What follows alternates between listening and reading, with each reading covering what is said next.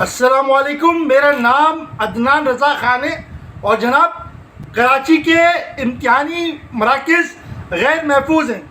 سین کچھ یہ ہے کہ کل میں نے ایک نیوز دیکھی کہ ڈی جے سائنس کالج میں بچے جو پیپر دینے گئے ہیں، وہاں پر جب وہ بچے پیپر اپنا موبائل لے کر گئے ہیں کلاس روم میں، ان کو بولا گیا کہ بندہ باہر بیٹھا ہوا ہے، آپ اپنے موبائل اس کو جمع کروا دیں، اور بچوں نے موبائل اس بندے کو جمع کروا دیا۔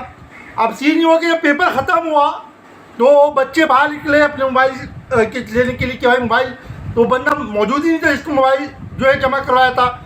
چوکی دار سے معلوم کیا گیا تو چوکی دار نے بولا بھائی مجھے کیا معلوم، وہ تو ہم سے پہلے سے آ کے سیٹ لگا کے بیٹھا ہوا تھا۔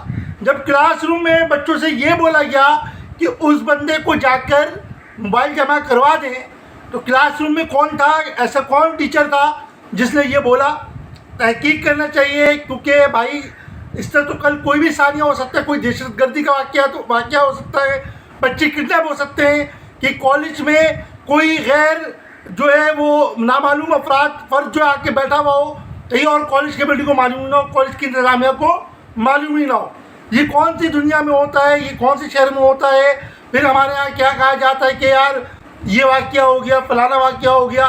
تو اس پر جو ہے خصوصی توجہ دینے کی ضرورت ہے کہ کراچی کے امتحانی مراکز پر جو ہے وہ کالجز کے انتظامیہ کی جانب سے یہ چیز جو ہے وہ نوٹس میں لیا جائے کہ جو باہر کے لوگ ہیں وہ اندر جو ہے اس طرح کے نہ بیٹھیں، تاکہ یہ ثانیات ہو سکے کہ لوگوں کے بچوں کے جو موبائل گئے وہ زیادہ تر متوسط گھرانوں سے، غریب گھرانوں سے تھے، تو ان کے موبائل جو ہے دوبارہ وہ کیسے لیں گے؟